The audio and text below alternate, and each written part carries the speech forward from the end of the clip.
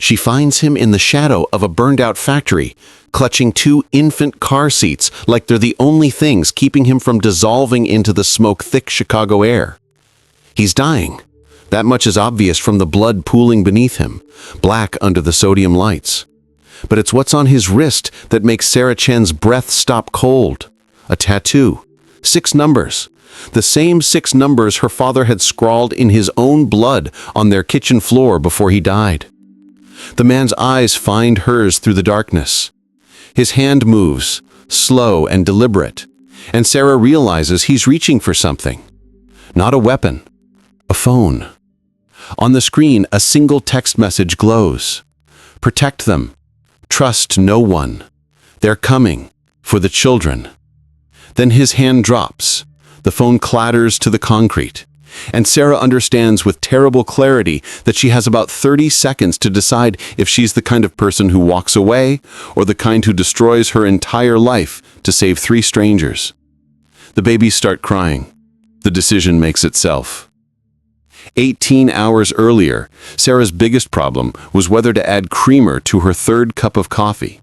She stood in the break room of County General Hospital, her scrubs still splattered with someone else's blood from the ER shift that should have ended 2 hours ago. Her reflection in the microwave door looked like something dragged behind a truck. Dark circles under darker eyes, hair escaping from a bun that had given up somewhere around 3 a.m. She was 27 years old and felt 60. "You look like death." Marcus, the night charge nurse, leaned against the doorframe. "No offense." "None taken. I feel like death." "You picking up another shift?" Sarah stirred the coffee she didn't really want. "Rent's due Friday. I'm short 400. "You're always short 400. Marcus's voice softened. "Sarah, you can't keep doing this. You're going to kill yourself." She thought about her studio apartment in Pilsen, thought about the medical school debt that followed her like a shadow, thought about her father's funeral expenses from 3 years ago that she was still paying off in installments, thought about how her mother had died 6 months before that, and how Sarah had been too broke to visit her in hospice more than twice. "I'll sleep when I'm dead." That's what I'm afraid of. But Sarah's phone buzzed before she could answer. Unknown number. She almost didn't answer, but some instinct she'd learned to trust during her aborted medical school career, made her thumb the screen. "Hello?" Silence. Then breathing. Heavy. Labored. "Hello?" Sarah repeated. "Sarah Chen." The voice was male, rough, speaking through obvious pain. "Don't hang up." Her spine went rigid. "Who is this?" "Someone who knew your father. Someone who knows what really happened to him." A wet cough. "You want answers? Washington Park. Southeast corner. 1 hour. Come alone." "I don't—" "The numbers on his wrist. You want to know what they meant." The man's voice dropped to barely a whisper. 1 hour, or you'll never know the truth." The line went dead. Sarah stared at her phone. Her father, David Chen, had been an accountant, quiet, methodical, the kind of man who filed his taxes in January and alphabetized his spice rack. He died in their home in Bridgeport 3 years ago. Home invasion, the police said. Wrong place, wrong time. Random violence in a city drowning in it. But Sarah had been first on scene, had found him on the kitchen floor, still barely breathing, had held his hand while he used the last of his strength to write 6 numbers on the linoleum in his own blood. 427916. Then he died. The police said it was random, delirium, the brain doing strange things in its final moments. But Sarah had never believed that. Her father's eyes had been clear when he wrote those numbers. Desperate, terrified, but clear. He'd been trying to tell her something.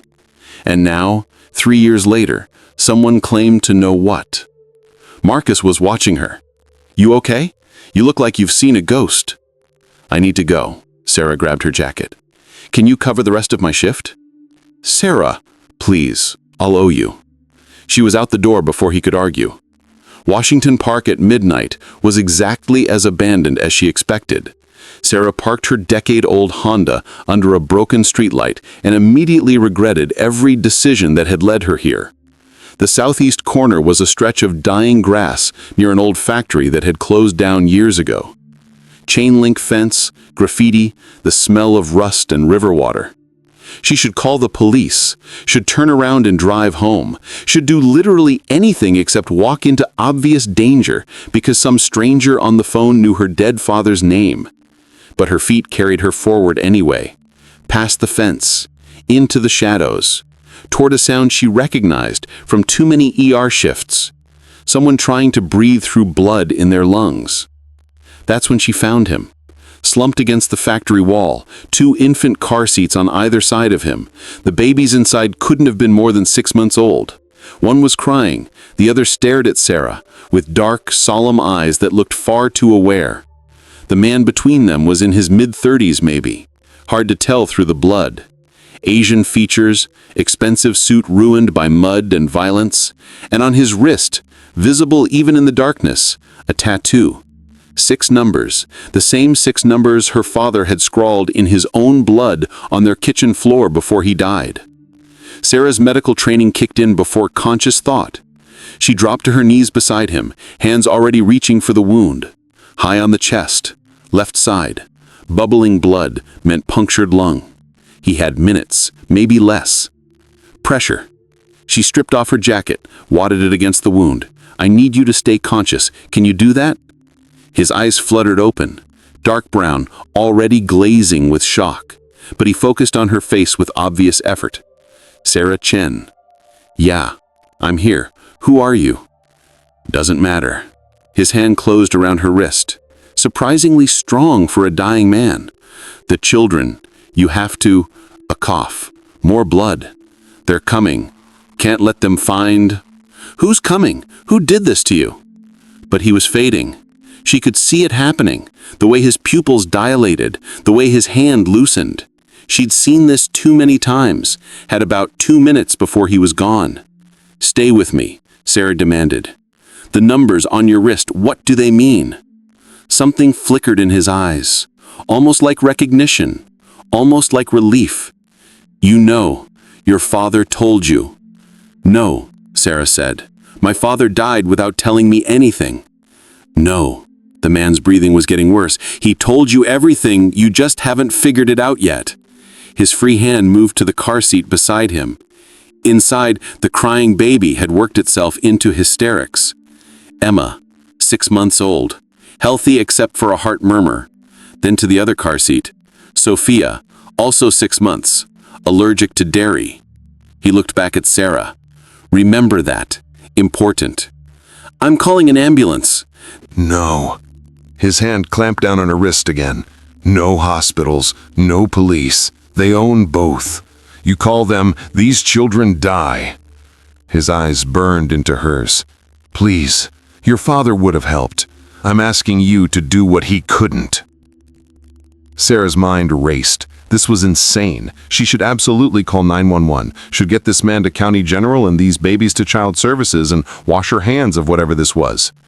But her father's face flashed through her memory, the desperation in his eyes, the numbers he'd written with the last of his strength. What if this man was telling the truth? What if David Chen had been involved in something Sarah never knew about? The man's phone started ringing. The screen lit up with a single name, Director Hayes. He didn't answer it, just let it ring until it went to voicemail. Then it started again, same name. Sarah's blood went cold. She knew that name. Everyone in Chicago knew that name. Elizabeth Hayes, director of the FBI's Chicago field office. War hero, corruption fighter, the woman who'd cleaned up the city's mob problem and made the streets safe again. Or so the papers said. "Why is the FBI director calling you?" "Because she's the one who shot me." The man's voice was getting weaker. "She's the one coming for the children. And if you're smart, Sarah Chen, you'll take them and run, right now, as far and fast as you can." "I don't understand." "The numbers. Your father's numbers. They're not random.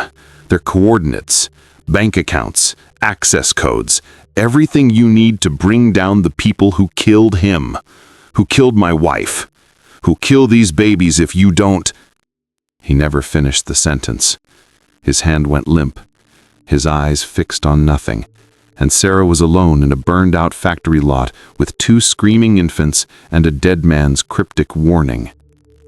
For approximately 5 seconds, she sat frozen. Then headlights swept across the fence, multiple vehicles, moving fast. Sarah's ER instincts took over. She grabbed both car seats, her arms screaming in protest at the weight. The babies were surprisingly heavy, or maybe she was just exhausted. She ran for her Honda, stumbling over broken concrete. Behind her, she heard car doors slamming, voices shouting. She reached her car, fumbled the keys with shaking hands, got the back door open. There was no way to properly secure 2 infant car seats in a 2008 Honda Civic. No time to try. She wedged them in as best she could, slammed the door, threw herself into the driver's seat. The engine coughed. Once, twice. "Come on, come on!" It caught. Sarah floored it, tires squealing. In her rearview mirror, figures emerged from the darkness. One of them raised something. She ducked instinctively. Her rear window exploded. Safety glass showered the interior. The baby shrieked. Sarah took a corner hard enough to make the suspension ground. Another turn, another. She had no idea where she was going, just away. Away from the dead man and the shooting and the impossible choice she'd apparently just made. She'd stolen 2 babies from a crime scene. She'd fled from what were probably federal agents. She'd thrown away her entire life based on a dying man's cryptic warning and 6 numbers tattooed on his wrist. The numbers her father had died protecting. Sarah drove until her hands stopped shaking, until the adrenaline started to fade and the reality of what she'd done began to sink in. She was somewhere in Inglewood now, streetlights sparse, buildings dark. She pulled into a parking lot of an abandoned strip mall and killed the engine. For a long moment, she just sat there, breathing, listening to her heartbeat return to something like normal. In the back seat, the babies had gone quiet. She turned to look at them. Emma and Sophia. 6 months old, completely dependent on a woman who had no idea how to care for an infant, let alone 2. What was she supposed to do now? Her phone rang. Sarah nearly jumped out of her skin. Unknown number, different from before. She answered without thinking. "Hello?" "Sarah Chen?" A woman's voice, professional, controlled. "This is Director Elizabeth Hayes with the FBI. I understand you may have information about an incident in Washington Park tonight." Sarah's mouth dried. "I don't know what you're talking about." "Miss Chen, I'm going to be direct with you. You're in possession of 2 children who were taken from a federal crime scene. I need you to bring them to the nearest FBI field office immediately, for their safety and yours." "Their safety?" Sarah's voice came out harder than she intended. "Like the safety of the man you shot and left to die?" A pause. When Hayes spoke again, her voice had dropped several degrees. "I see. And what did Michael tell you before he died?" "Michael. So that was his name. He told me enough. Did he tell you he was a wanted fugitive, a domestic terrorist responsible for the deaths of 6 federal agents? Did he tell you those children were kidnapped from their legal guardian?" Hayes' voice was smooth as ice.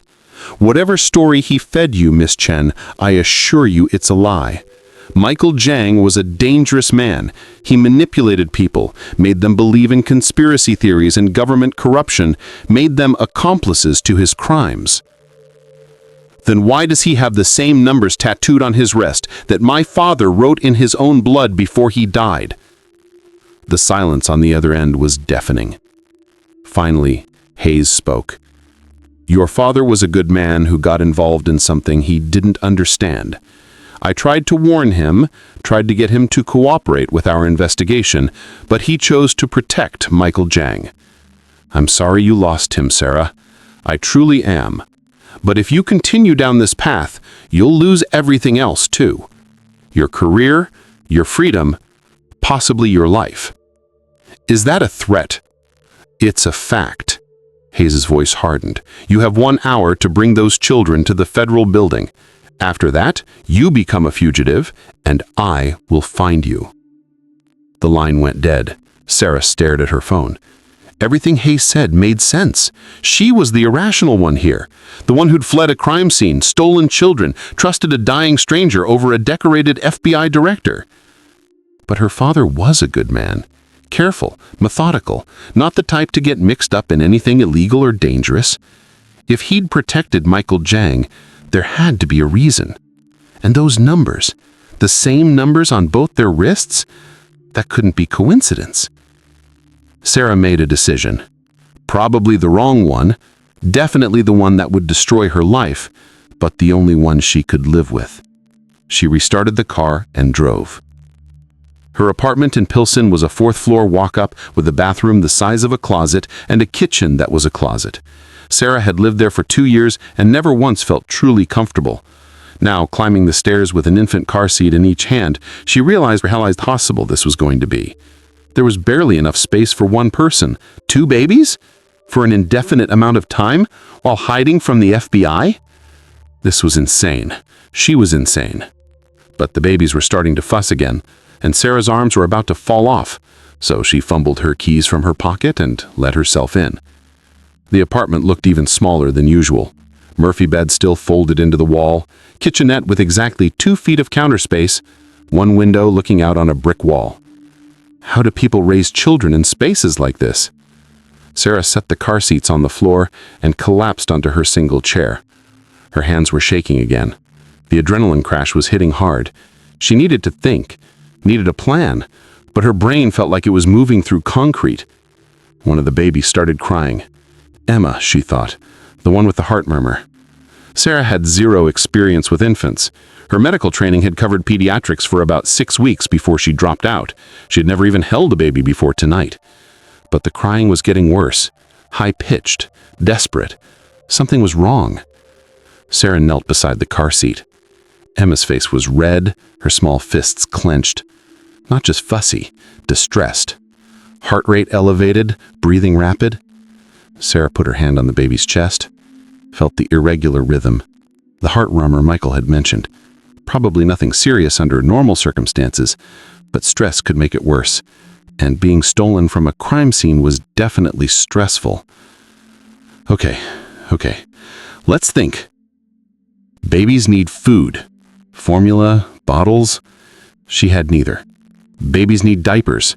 She had none. Babies need a safe, warm place to sleep. I had a Murphy bed and a questionable radiator. This was a disaster. She pulled out her phone and opened Google. How to care for 6-month-old baby. The results were overwhelming. Feeding schedules, sleep training, developmental milestones. Sarah scrolled until she found something practical. Formula. She needed formula, and bottles, and diapers, and probably 50 other things she couldn't even conceive of right now. There was a 24-hour Walgreens 3 blocks away. Sarah looked at the babies, looked at her door. She couldn't leave them here alone, but she couldn't take them with her either. What if someone saw? What if Hayes already had her apartment under surveillance? But Emma's crying was getting worse, and Sophia was starting to join in. Sarah made another terrible decision. She grabbed her jacket and her last $40 in cash. "I'll be right back," she told the babies, which was stupid because they couldn't understand her. 10 minutes, I promise." She locked the door behind her and ran. The Walgreens was harsh fluorescent and largely empty. Sarah grabbed a basket and started throwing things in. Formula, bottles, diapers, baby wipes. She had no idea what brand to get or what size or if there were important differences. She just grabbed what looked right and prayed. At the register, the clerk barely looked at her. "Rough night? You have no idea." "Kids will do that to you." "These twins?" Sarah's brain took a second to catch up. "Yeah, twins." "How old?" 6 months. "Sleeping through the night yet?" "Not even a little." The clerk laughed sympathetically and bagged everything. "That'll be $63. Sarah's stomach dropped. "I only have 40. "Oh." The clerk looked at the pile of supplies. "Well, you definitely need the formula and diapers. We can put back the—" "Wait." Sarah closed her eyes. She had a credit card, already maxed out, but technically functional. "Can you split it, 40 cash and the rest on card?" "Sure thing, honey."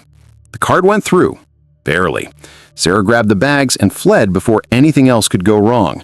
She was a block from her apartment when she saw the cars. 2 black SUVs parked in front of her building. No lights, no obvious movement, but they hadn't been there before. Sarah's blood turned to ice.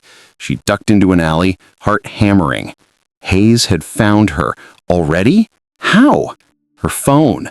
They'd traced her phone. Of course they had. The FBI could do that in seconds. She pulled it from her pocket, stared at it for a moment, then dropped it in a dumpster. No phone meant no way for Marcus to reach her. No way for anyone to reach her. She was completely alone now. Sarah circled the block, approaching her building from the back. There was a fire escape that technically wasn't up to code, but the landlord had never fixed. She'd climbed it exactly once, the day she moved in, to prove she could. Now she climbed it again, groceries bags hooked over her arms, moving as quietly as possible. The window to her apartment was locked from inside, obviously. Sarah set the bags down carefully on the fire escape and pulled a screwdriver from her pocket. She'd learned this trick in high school, back when she occasionally locked herself out. You could pop the lock on these old windows if you knew where to press. It took 3 tries, 3 eternal minutes of scraping metal and praying the babies inside wouldn't start crying again. Then the lock gave. The window slid open. Sarah grabbed the bags and climbed through. Inside, both babies were mercifully quiet, maybe sleeping, maybe just exhausted from crying. Sarah closed the window and locked it again. Then she stood in the darkness of her apartment, listening. Footsteps in the hallway outside. Multiple people. A knock on her door. "Sarah Chen, FBI, we need you to open the door." Sarah didn't breathe, didn't move. The knock came again, louder. "Miss Chen, we know you're in there. Don't make this harder than it needs to be." Sarah looked at the babies, looked at the door, looked at the window she just climbed through. They were going to break down the door any second now. They were going to find her and the babies, and this would all be over. She'd go to prison. The babies would go to whoever Hayes said was their legal guardian, and Michael Zhang's last request would die with him. Unless Sarah grabbed both car seats. She unfolded the Murphy bed as quietly as possible and set the babies on it. Then she grabbed every blanket she owned and started stuffing them under the covers, building a vaguely person-shaped lump. It wouldn't fool anyone who actually checked, but from the door, in the dark, it might look like someone sleeping. The knocking had stopped. Sarah heard different sounds now, metal on metal. They were picking a lock. Sarah grabbed the car seats and moved to the window. The fire escape outside was rusted and narrow. No way she could carry both babies down safely. But the roof was only 1 floor up, and from there was access to the building next door. If she could make it, if the baby stayed quiet, if she didn't fall and kill them all. Big ifs. The lock clicked. The door started to open. Sarah was out the window. She climbed one-handed, a car seat hooked over each arm. Her muscles screamed. Her shoulders felt like they were tearing. 1 floor up, hand over hand. Don't look down. Don't think about the drop. One of the babies started to whimper. "Shh," she breathed. "Please, please be quiet." She reached the roof, hauled herself and the babies over the edge. Behind her, below, she heard voices in her apartment, sounds of searching. She didn't wait to hear if they found her blanket dummy convincing. She ran across the roof, feet pounding on tar and gravel. The next building was separated by about 6 feet of empty air and 4 stories of drop. There was a plank someone had laid across the gap. Probably not safe. Definitely not rated for a woman and 2 babies. Sarah didn't hesitate. She crossed in 4 quick steps. The plank bowed but held. On the other side, she found the roof access door unlocked. She slipped inside into a stairwell that smelled of urine and old paint. Down 3 flights, out a side door, into an alley, into the night. She walked for hours, no destination, just away. The babies woke and cried, and Sarah had no way to feed them or change them or comfort them beyond the gentle rocking motion of carrying them. Her arms went numb, her back spasmed. I was pretty sure I was developing blisters on my palms, but she kept walking. At some point, dawn started to break, gray light filtering between buildings, Chicago waking up around her. Sarah found herself in Humbert Park, sitting on a bench near the lagoon. The babies had finally exhausted themselves into sleep again. She should probably feel something, fear, panic, regret, but she just felt empty, hollowed out. She'd destroyed her life in the span of about 6 hours. No job, no home, no phone, no plan. Just 2 babies and a dead man's cryptic message about numbers and coordinates and her father's hidden past. What was she supposed to do now? A jogger passed by, then another. Normal people doing normal morning things. Sarah must look insane. Homeless woman with 2 babies on a park bench at dawn. She probably should have felt self-conscious, but she was too tired. Her eyes were closing despite herself. Emma started to cry again. A different cry this time, more urgent. Sarah checked her diaper. Wet. Of course, she'd bought diapers, but they were still in the Walgreens bag, which she'd left on the fire escape when she climbed to the roof. Perfect. She had 2 babies and literally 0 supplies. This was going great. "Excuse me." A voice. Sarah looked up. Soccer mom type. Yoga pants, ponytail, expensive stroller. "Are you okay?" Sarah's brain struggled to form words. "Fine, just tired." "Your babies are crying." "I know, I'm handling it." "Do you need help? I have extra diapers if..." "We're fine." Sarah stood up, grabbing both car seats. "Thanks anyway." She walked away before the woman could ask more questions, or worse, call the police. She needed to get off the street, needed to find somewhere safe to regroup. But where? She had no friends in Chicago. Her co-workers at County General would already know she'd disappeared mid-shift. Her landlord would discover her trashed apartment. She was running out of options fast. Her father's house. The thought came unbidden. David Chen's home in Bridgeport, still technically in Sarah's name because she'd never been able to afford the mortgage payments and the bank hadn't foreclosed yet. The place where her father had died, where he'd written those numbers in his blood. Maybe there were answers there. Maybe Michael Zhang had been telling the truth and those numbers really did mean something. Maybe Sarah was completely insane, or maybe she was grasping at straws because she had nothing else to grasp at. At either rate, she started walking towards Bridgeport. It was miles away. The babies were crying again. Her arms were beyond pain now, just numb meat hanging from her shoulders. But she kept walking, because that's all she could do. 1 foot in front of the other, away from her old life towards something she couldn't yet name. The house was exactly as she remembered. Small brick bungalow with a dead lawn and peeling paint. Sarah had a key on her ring. She hadn't been inside since the funeral, couldn't bear it. But now she climbed the front steps and let herself in. The smell hit her first, stale air and old grief. Nothing had been touched. Her father's jacket still hung by the door. His reading glasses still sat on the side table. The kitchen floor where he had died had been cleaned, obviously, but Sarah could still see the faint stain if she looked hard enough. The numbers. 427916. Right there, next to the refrigerator. Her father had used the last seconds of his life to write them. Sarah set the car seats down. Her arms were shaking with relief at being free of the weight. She looked at the numbers, looked at the babies, looked at her hands, still stained with Michael Zhang's blood. "Okay, Dad," she whispered. "What were you trying to tell me?" The babies needed food. That was the immediate problem. Sarah searched the kitchen, knowing it was pointless. Her father had been dead 3 years. Any food left would be long expired. But she searched anyway. And in the back of the pantry, behind expired cans of soup and pasta boxes that mice had gotten into, she found something that made her stop cold. A safe. Small. Fireproof. Hidden behind the false back of the pantry shelf. Sarah had lived in this house for 18 years and never knew it existed. Her hands were shaking as she pulled it out. It had a digital keypad. 6 numbers required. Sarah stared at it. No way! It couldn't be that simple. She entered 427916. The safe clicked open. Inside were 3 things. First, cash. Stacks of $100 bills bound with rubber bands. Sarah counted quickly. $20,000. Her father had been an accountant, a careful, modest man who drove a 10-year-old Toyota and bought generic cereal. Where had this money come from? Second, A flash drive.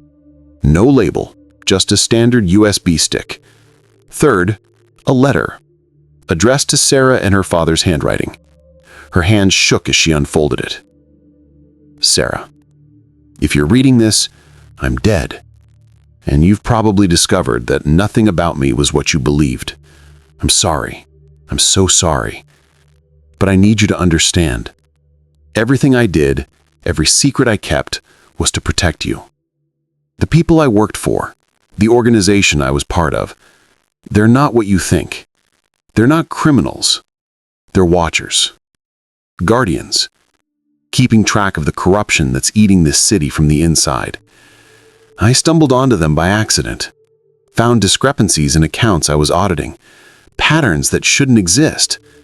Money moving through shell companies, ending up in the pockets of judges, politicians, law enforcement. I should have looked away. Should have filed my reports and forgotten what I'd seen. But I couldn't. Your mother had just died.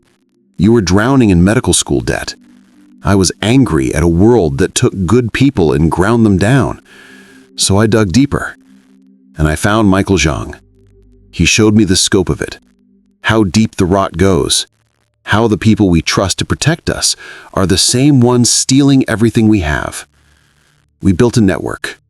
Other people who discovered the truth. Other people who wanted to fight back. For 3 years, we documented everything. Built cases. Gathered evidence. The numbers on my wrist, the numbers I'm leaving you, are the access codes. Bank accounts in the Caymans. Encrypted files. Everything we collected. Everything we died protecting. Because they found us, Sarah. The director. The people she works for. They discovered what we were doing. They came for me. They'll come for you too if you try to use this. That's why I'm begging you, if you find this letter, if you open this safe, walk away. Take the money. Disappear. Build a new life somewhere far from Chicago and forget you ever knew me. Don't try to be a hero. Don't try to finish what we started. Just survive. That's all I want for you. Survival and peace and a life that doesn't end the way mine did. I love you. I'm sorry. Dad. Sarah read the letter 3 times. Then she read it again. Her father, her careful, boring accountant father, had been part of some kind of underground resistance movement, had died protecting evidence of corruption, had hidden $20,000 and a flash drive full of secrets in a safe she never knew existed.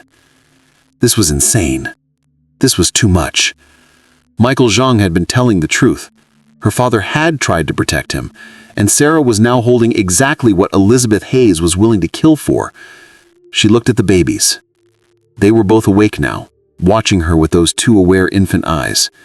Emma and Sophia, 6 months old, caught in the middle of something that started before they were born. Michael's last request echoed in her mind. Protect them. But how?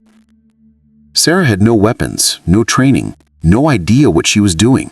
She was a medical school dropout with a dead-end ER job and crushing debt. She wasn't equipped for this. Except... She looked at the cash. $20,000. More money than she'd ever had at once.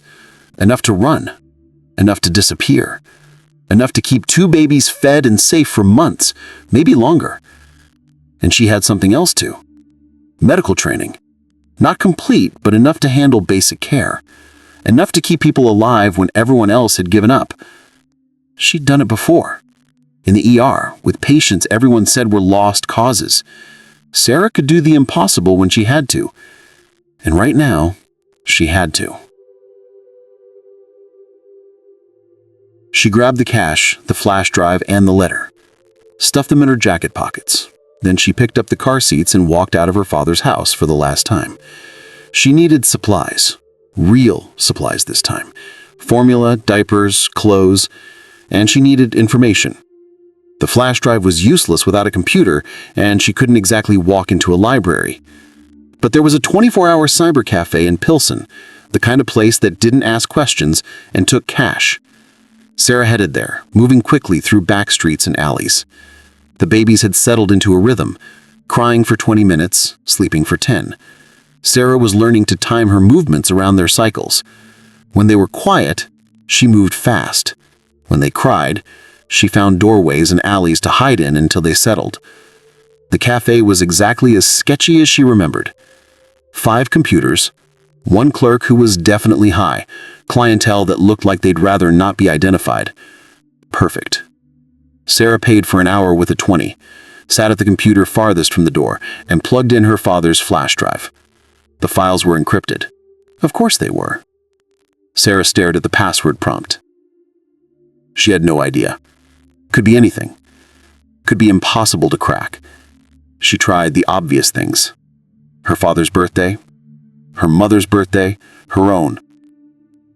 Nothing worked. She tried the numbers from his wrist, 427 916. Nothing. What would her father use? What was important enough for him to make it his encryption key? Sarah closed her eyes, thought about David Chen, about who he'd been before all this. He loved crossword puzzles, birdwatching, bad puns that made Sarah groan. He had taught her to ride a bike in the park by their house, had helped her study for the MCATs even, though he didn't understand half the material, had called her every Sunday without fail, until the day he died. Sunday. Sarah's eyes snapped open. She typed Sunday. No spaces, all caps. The files unlocked. Sarah's breath caught. There were hundreds of them.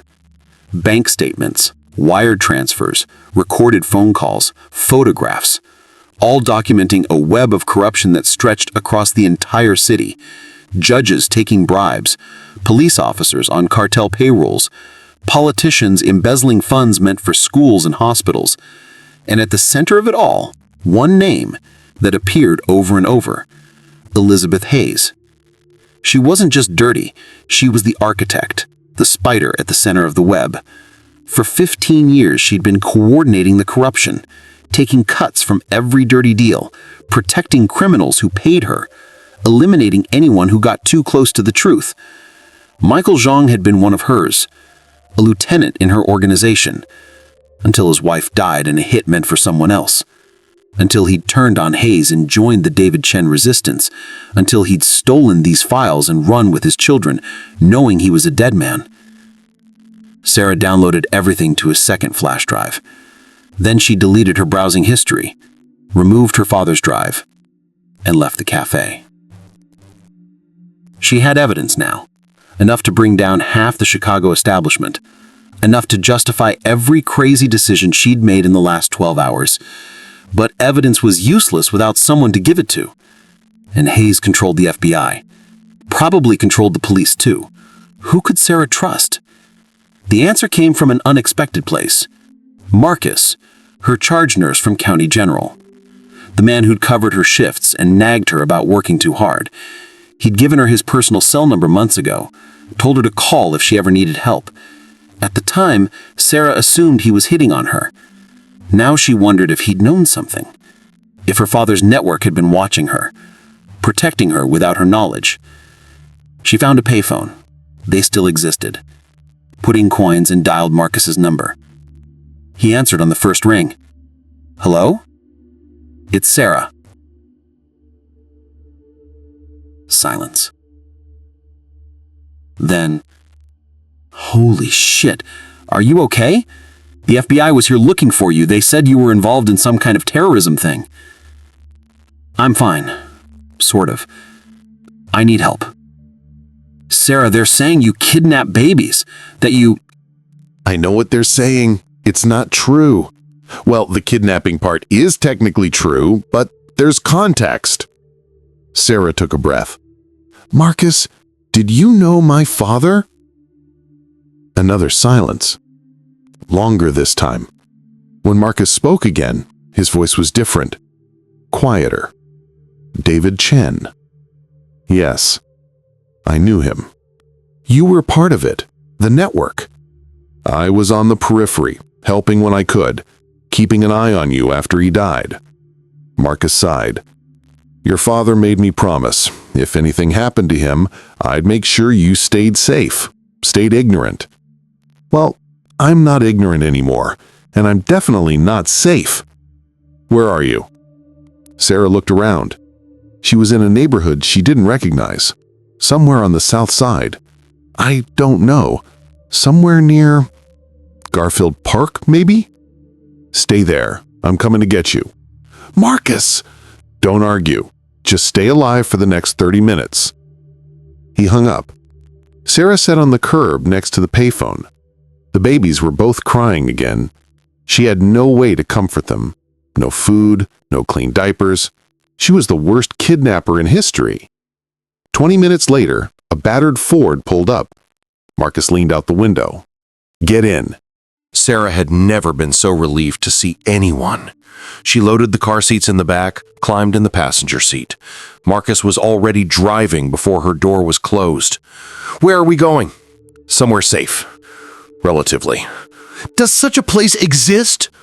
We're about to find out. They drove in silence for a while. Sarah's exhaustion was catching up to her.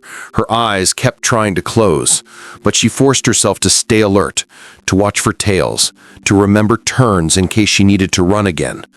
Marcus took them to Evanston, a quiet street lined with old houses.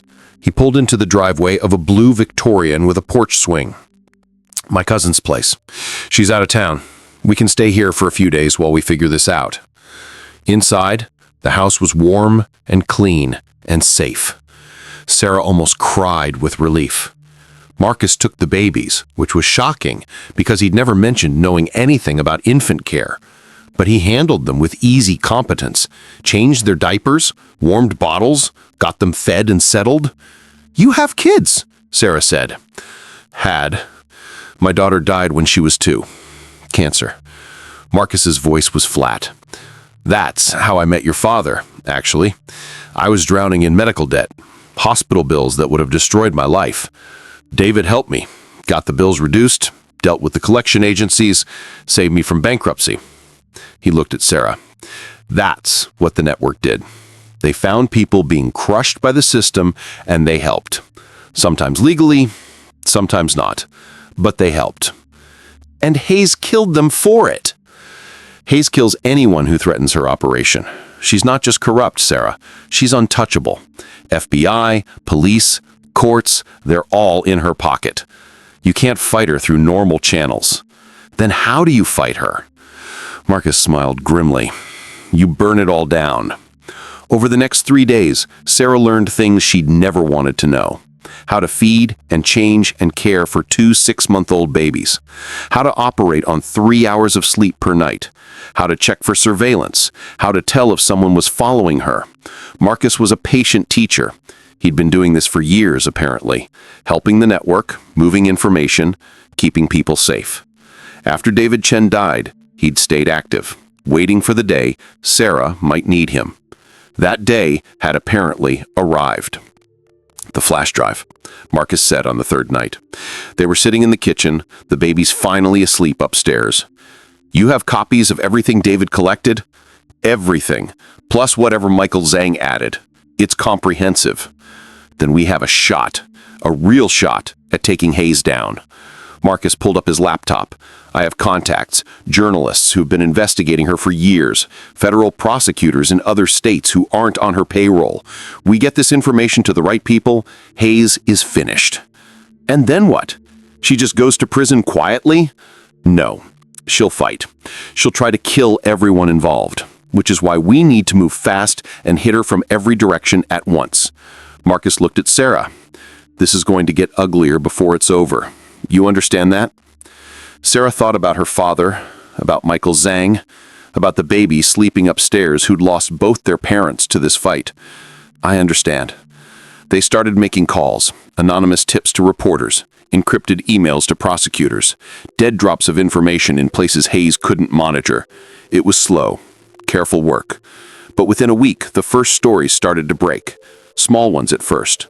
A blog post about suspicious wire transfers. A local news report on missing evidence in old cases. Then bigger stories, national outlets picking up the thread, questions being asked about Director Hayes' finances, her connections, her meteoric rise through the FBI ranks. The pressure built, and Hayes responded exactly as Marcus predicted. People started dying. A journalist in Milwaukee found dead in an apparent suicide. A prosecutor in Indianapolis killed in hit and run. A witness who had agreed to testify disappeared. The message was clear. Talk about Hayes, and you die. But Sarah kept pushing, because she had nothing left to lose.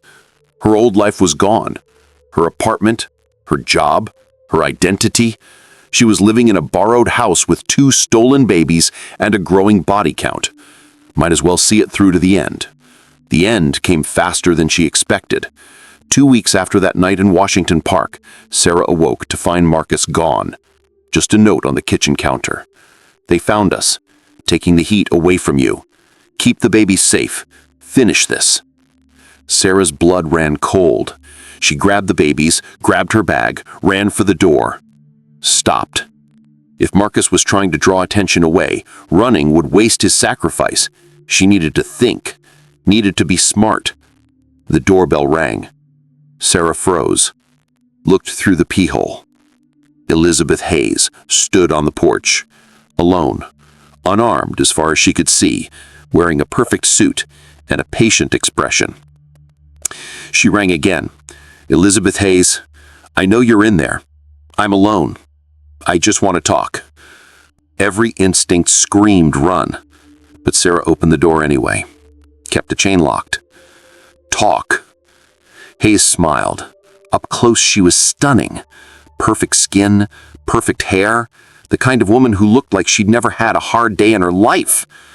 You've been busy, stirring up trouble, making my life difficult. Good. Your father said the same thing. Right before I shot him. Did you know that? I was the one who pulled the trigger, stood in his kitchen, and watched him bleed out. He spent his last moments writing those numbers, protecting you. Very touching. Sarah's hands clenched into fists. Why are you here? To make you an offer. You give me the flash drives, all of them, every copy you've made, and I let you live.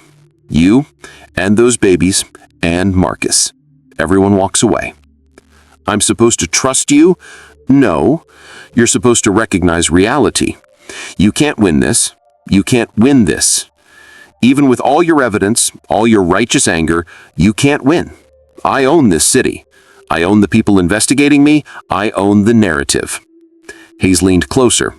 But I'm willing to let you go, because I remind you of your father. Stubborn, idealistic, too brave for your own good. I respected him, and I respect you. You killed him. I did what was necessary, same as you've been doing. Hayes smiled widen. We're not that different, Sarah. We both do what it takes to survive. So, let's both survive this.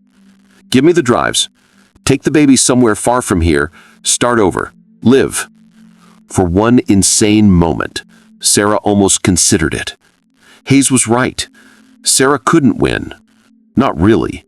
Even if all her evidence went public, Hayes had the resources to fight it, to make it disappear, to kill everyone involved and walk away clean. Sarah could give up now. Take the babies and run. Raise them somewhere quiet and safe, and try to forget any of this ever happened. It would be the smart thing, the rational thing. But then, she thought about Emma and Sophia growing up knowing their father died for nothing. She thought about the next David Chen, the next Michael Zhang, the next person who'd discover the truth and have to choose between silence and death. She thought about her father's last moments, the desperation in his eyes, the numbers written in blood. No, Sarah said. You don't get to win. Hayes' face faded. Then you die. Maybe, but you're coming with me. Sarah opened the door wider, showed Hayes what she was holding. Not a gun. A phone. Recording everything Hayes just said. Already live streaming to 3 different platforms. Already being downloaded by thousands of people. You just confessed to murdering my father, Sarah said, on camera, to witnesses across the country. You can kill me, you can burn this house down, but you can't take it back. Hayes's face went absolutely blank. For the first time, she saw real emotion there. Not anger, not fear, just cold calculation. The expression of someone deciding how much collateral damage was acceptable. You just killed Marcus, Hayes said softly. You understand that. The moment you hit record, you signed his death warrant. Marcus knew the risks. Did he? Did he know you'd sacrifice him for your revenge? The words hit like a physical blow. Because Hayes was right. Sarah had just killed Marcus, and whoever else Hayes decided was expendable. All for a recorded confession that might not even hold up in court. But it was done. The video was out there. The internet had it now. And the internet never forgot. Hayes stared at Sarah for a long moment. Then she turned and walked away. No threats, no final words, just left. Sarah watched her go, and she closed and locked the door and collapsed against it, shaking. The babies started crying upstairs, both of them, like they knew something terrible had just happened. Sarah dragged herself up the stairs, fed them, changed them, held them while they cried. What had she done? Marcus was gone, maybe dead already, maybe being tortured for information about where Sarah had hidden the evidence. And for what? A video confession? From a woman who'd probably already have 50 lawyers explaining it away as a deep fake or edited footage or outright fabrication? Sarah had gambled everything on public opinion, on the hope that enough people would see the truth and care. But people didn't care. They never had. Her father had died, and the city had shrugged and moved on. Michael Jang had died, and no one noticed. Why would Hayes be different? The answer came 3 hours later, in the form of a news alert on Marcus's laptop. FBI Director Elizabeth Hayes placed on administrative leave pending investigation into corruption allegations. Attorney General announces special prosecutor. Sarah stared at the screen, read the article 3 times. Hayes was suspended. A real investigation was opening. People were taking this seriously. It wasn't over. Hayes still had power, still had resources, but she was wounded now, actually, genuinely vulnerable for the first time. Sarah had done it, had actually hurt her. The front door exploded inward. Sarah grabbed the babies and ran for the bedroom, locked the door, heard footsteps pounding up the stairs. This was it. Hayes had decided Sarah was too dangerous to leave alive. This was the end. The bedroom door splintered under a boot. Sarah pressed herself into the corner, the babies clutched to her chest. A figure entered. Not Hayes. Marcus. Alive, bleeding from a cut on his forehead, moving like his ribs were broken, but alive. "We need to go," he gasped. "Right now." They ran. Marcus drove while Sarah tried to keep the babies calm. He didn't explain where they were going, just drove with grim determination, checking mirrors constantly. They ended up at O'Hare International Terminal. Marcus handed Sarah a folder, passports for you and the babies. Names are Elizabeth Walsh, Emma Walsh, Sophia Walsh. There's a flight to Toronto in 40 minutes. After that, keep moving, stay off the grid. What about you? I'm staying. Someone needs to make sure Hayes actually goes down. Someone needs to testify. Marcus smiled, tired and real. Your father would be proud of you. You know that. Sarah couldn't speak, could only hug him. Then she took the babies and the passports and the last of her father's cash and walked into the airport, through security, to the gate, onto a plane, leaving Chicago behind, leaving her entire life behind, but taking 3 lives with her. 3 lives that might not have existed if she'd made different choices that night in Washington Park. The plane took off. Sarah watched the city shrink below her, watched it disappear into clouds. Emma was asleep.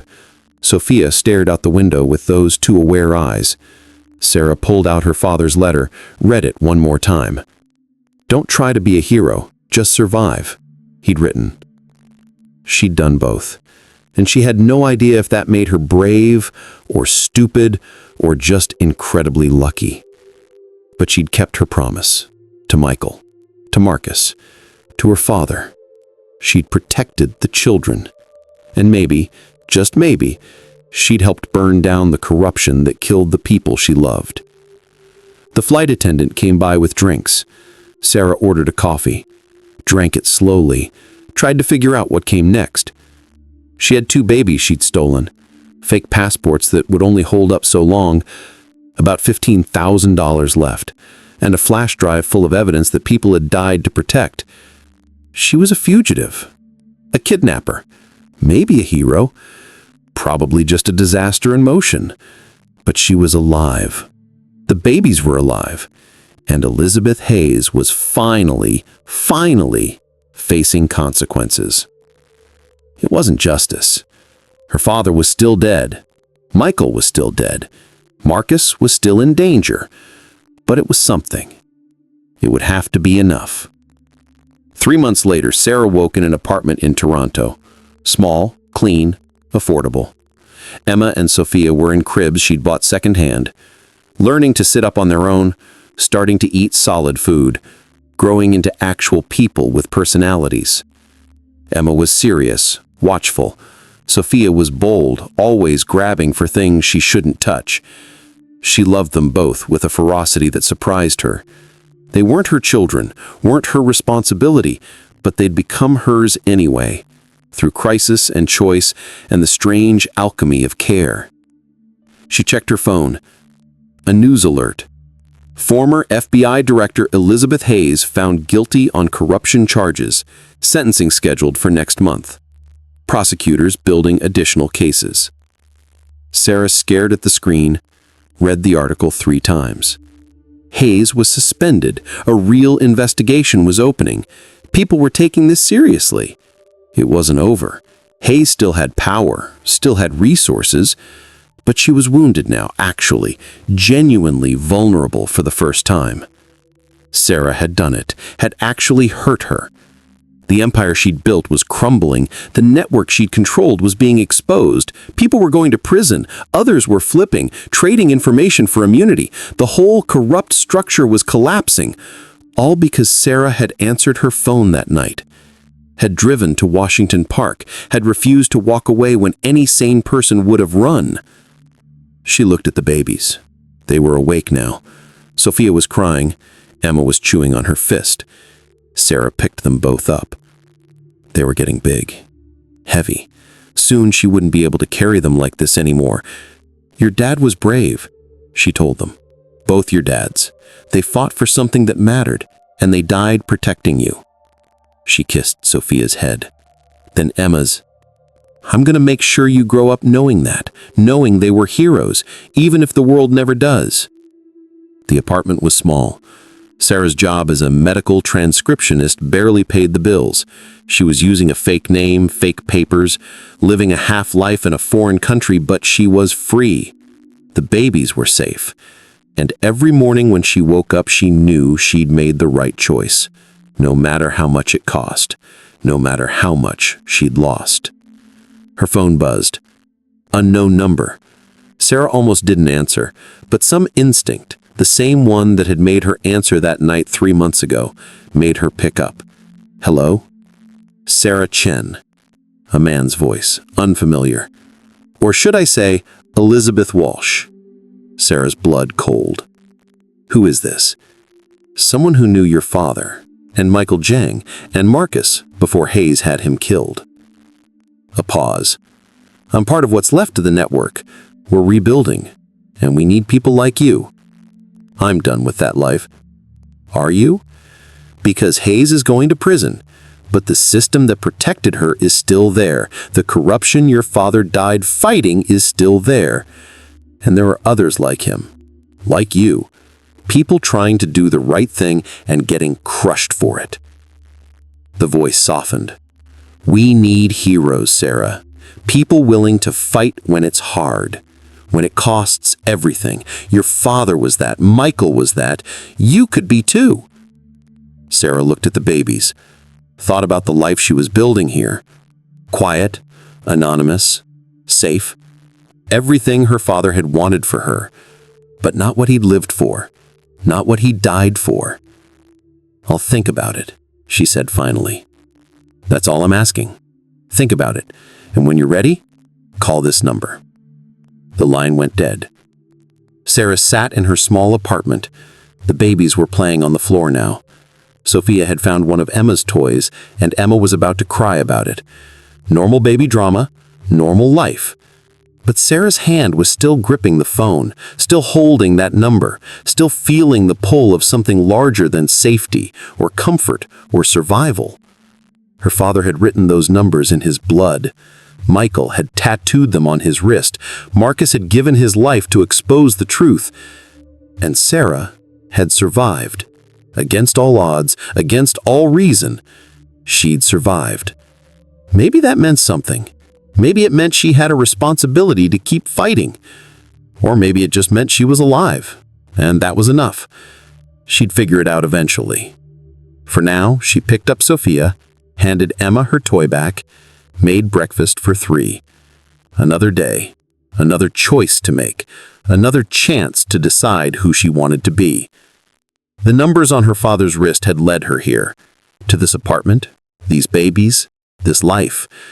But they had started something bigger too, something that wasn't finished, might never be finished. Sarah looked out the window at Toronto, spreading in the morning light. A new city, a new name, a new life. But the same choice she'd made that night in Washington Park, walk away or fight. Survive or stand, save herself or save someone else. She still didn't know which was right, but she knew which one she'd choose. Same as always, same as her father. The hard way, the dangerous way, the way that mattered.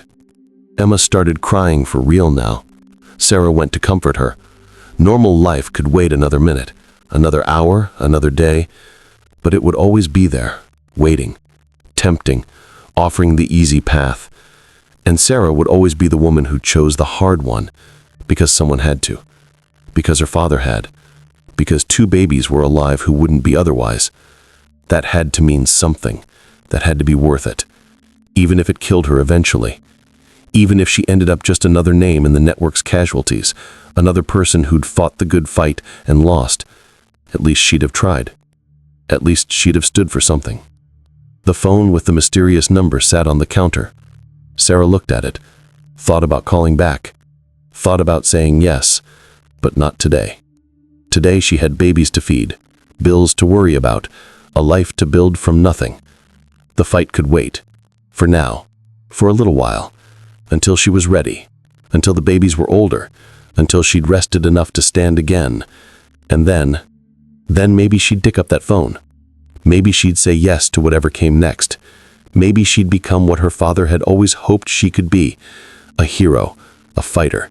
Someone who stood against the darkness even when it was hopeless. Or maybe she'd just be Sarah Chen. Doing her best, surviving another day, keeping 3 lives safe in a world that wanted them dead. Either way, she'd made her choice that night in Washington Park, when she'd pressed her hands to a dying man's chest and refused to let go, when she'd taken 2 babies and ran, when she'd burned her entire life down for strangers she'd never met. She'd chosen, and she'd keep choosing. Every day, every moment. The hard way, the dangerous way, the way that mattered, because someone had to.